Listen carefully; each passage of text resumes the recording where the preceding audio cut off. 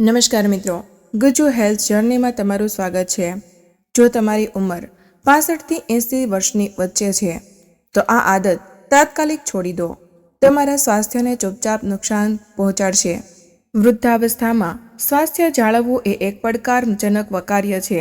65 થી 80 વર્ષની ઉંમર એ સમય છે જ્યારે શરીરની કાર્યક્ષમતા ધીમે ધીમે ઘટવા લાગે છે, રોગ પ્રતિકારક શક્તિ ઘટે છે અને નાની નાની ભૂલો પણ ગંભીર બીમારીઓમાં પરિવર્તિત થઈ શકે છે।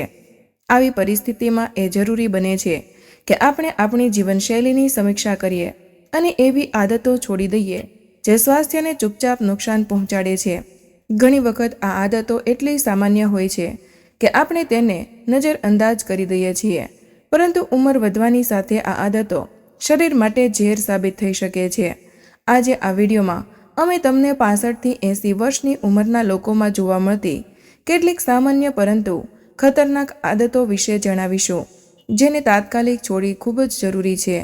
મિત્રો, વિડીયોમાં આગળ વધતા પહેલાં હે માતા લક્ષ્મી, તમારી પાસે હાથ જોડીને વિનંતી કરું છું કે આ વિડીયોને જે કોઈ પણ લાઈક કરીને કમેન્ટમાં સાચા મનથી જય માં લક્ષ્મી લખે, તેમના જીવનમાં ક્યારેય દુઃખ અને દર્દ ન આવે અને તેમનું સ્વાસ્થ્ય હંમેશા નિરોગી રહે। મિત્રો, આ વિડીયો ખૂબ જ માહિતીપ્રદ થવાનો છે, તેથી વિડીયોને સ્કીપ કર્યા વગર અંત સુધી જરૂર જુઓ। નંબર 1, વધારે પડતો આરામ કરવો અથવા આખો દિવસ પડ્યા રહેવું। ઘણા વૃદ્ધ લોકો વિચારે છે કે વધુ આરામ કરવાથી શરીર સ્વસ્થ રહેશે, પરંતુ સતત પથારીમાં સૂતા રહેવું અથવા તો નિષ્ક્રિય જીવન જીવવું તમારા સ્નાયુઓને નબળા બનાવે છે, જેનાથી ચાલવા ફરવામાં તકલીફ થાય છે અને હાડકામાં દુખાવો, સાંધામાં જકડન જેવી સમસ્યાઓ જન્મ લે છે। વધુ પડતા આરામથી સ્નાયુઓની નબળાઈ આવે છે, મસલ્સ વેસ્ટિંગ, કબજિયાત અને પાચન સંબંધી સમસ્યાઓ થાય છે, રક્ત પરિભ્રમણમાં અવરોધો ઊભા થાય છે, માનસિક તણાવ અને ડિપ્રેશન અને આવી બધી વસ્તુઓ આવે છે। તો આવી પરિસ્થિતિમાં રોજે સવારે સાંજે ચાલવાની આદત રાખો, હળવી સ્ટ્રેચિંગ અથવા તો યોગ કરો। દિવસભર દર 1 કલાકે 5 મિનિટ ઊભા રહીને ચાલો। નંબર 2, ખૂબ ઓછું પાણી પીવું। મિત્રો, વૃદ્ધાવસ્થામાં તરસ ઓછી લાગે છે, પરંતુ એનો મતલબ એ નથી કે શરીરને પાણીથી જરૂરી નથી। વૃદ્ધ લોકો ઘણીવાર આખા દિવસમાં ખૂબ જ ઓછું પાણી પીવે છે, જેનાથી શરીરમાં ડિહાઇડ્રેશન થાય છે। ઓછું પાણી પીવાથી કિડનીની સમસ્યા, બ્લડ પ્રેશરમાં ઉતાર ચઢાવ, થકાન, માથાનો દુખાવો અને ચક્કર આવવા, કબજિયાત અને પાચનમાં ગડબડ જેવી સમસ્યાઓ થઈ શકે છે। તો આવી પરિસ્થિતિમાં દર 2 કલાકે 1 ગ્લાસ પાણી પીવાની આદત બનાવો। લીંબુ પાણી, નાળિયેર પાણી અથવા તો સાદું પાણી પીવો। ચા અને કોફીની જગ્યાએ હર્બલ ટી અથવા તો બીલીનું શરબત લો। નંબર 3, પ્રોસેસ્ડ અને પેકેટ ફૂડનું સેવન।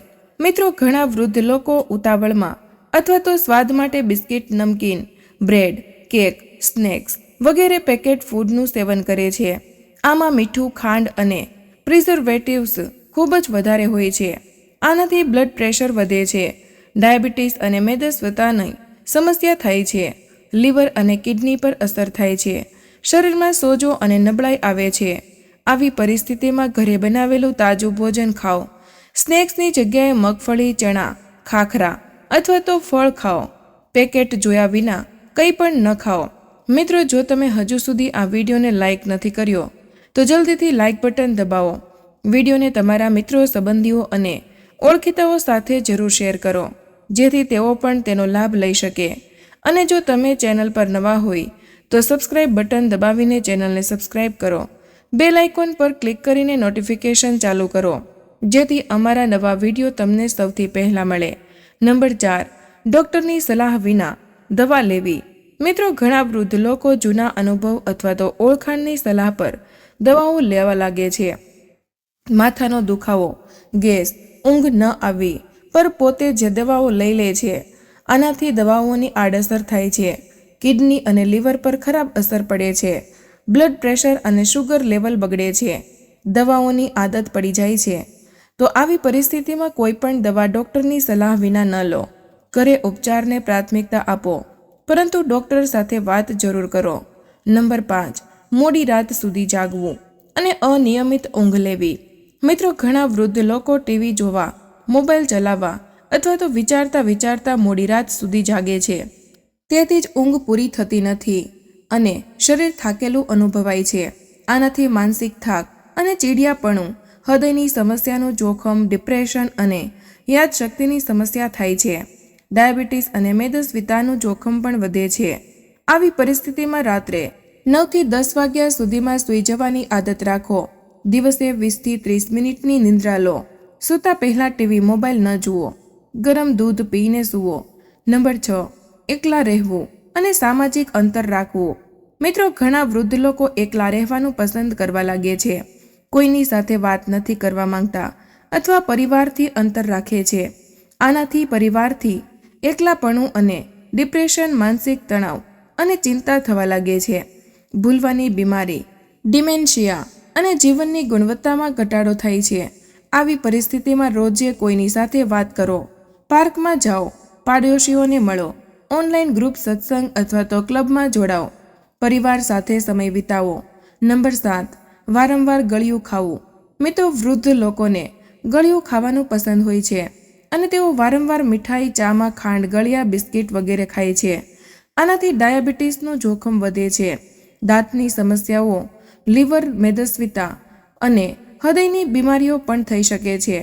આવી પરિસ્થિતિમાં ગોળ અથવા તો મધનો મર્યાદિત માત્રામાં ઉપયોગ કરો. તાજા ફળો ખાઓ. ગળ્યાની જગ્યાએ સૂકા મેવા પસંદ કરો. નંબર 8, વ્યાયામ ન કરવો. 65 વર્ષ પછી ઘણા લોકો માને છે કે હવે વ્યાયામ કરવો શક્ય નથી અથવા જરૂરી નથી. આનાથી શરીરની શક્તિ અને લચકતા ઘટવી, સાંધાનો દુખાવો, બ્લડ પ્રેશર, શુગરમાં અસંતુલન પેદા થાય છે તથા હૃદય રોગનું જોખમ પણ વધે છે. આવી પરિસ્થિતિમાં રોજે 30 મિનિટ ચાલો. વૃદ્ધો માટે સુરક્ષિત યોગાસન કરો. શ્વાસની કસરત એટલે કે પ્રાણાયામ કરો. હળવી સ્ટ્રેસિંગ અપનાવો. નંબર 9, નાસ્તો છોડી દેવો અથવા તો ખૂબ જ મોડો નાસ્તો કરવો. મિત્રો, ઘણા વૃદ્ધ લોકો સવારનો નાસ્તો છોડી દે છે અથવા ખૂબ મોડું ખાય છે. આનાથી શરીરમાં ઊર્જાની કમી, બ્લડ શુગર લેવલ ઘટવું, થાક અને ચક્કર આવવા, પેટમાં ગેસ અને એસિડિટી જેવી સમસ્યાઓ ઊભી થાય છે. આવી પરિસ્થિતિમાં સવારે ઉઠ્યા પછી 1 કલાકની અંદર નાસ્તો કરવો. હળવો પણ પૌષ્ટિક નાસ્તો લો, જેમ કે દલિયા, ફળ, ડ્રાય ફ્રૂટ. દિવસભર થોડી થોડી માત્રામાં ભોજન લો. નંબર 10, પોતાના સ્વાસ્થ્યની અવગણના કરવી. મિત્રો, ઘણા વૃદ્ધ લોકો કહે છે કે હવે શું તપાસ કરાવી, હવે તો જેટલું જીવવાનું છે તેટલું જીવી લીધું. આવી વિચારસરણીથી પોતાના સ્વાસ્થ્યની સંભાળ બંધ કરે છે. આનાથી નાની બીમારીઓ મોટી થાય છે. કેન્સર, હૃદયરોગ જેવી બીમારીઓ મોડેથી પકડાય છે અને સમયસર સારવાર નથી મળતી. આવી પરિસ્થિતિમાં દર 6 મહિને હેલ્થ ચેકઅપ કરાવો. બ્લડ પ્રેશર, શુગર, કોલેસ્ટ્રોલની નિયમિત તપાસ કરાવો. પોતાને ગંભીરતાથી લો. તમે પરિવારનો પાયો છો. તો મિત્રો, 65 થી 80 વર્ષની ઉંમરમાં જીવનની ગુણવત્તા જાળવવા માટે આ આદતો સુધારવી ખૂબ જ જરૂરી છે. આ નાની નાની બાબતો જ મોટી બીમારીઓને જન્મ આપે છે. ઉંમરના આ પડાવમાં એવી વિચારસરણી રાખવી જોઈએ કે હવે નહીં તો ક્યારે.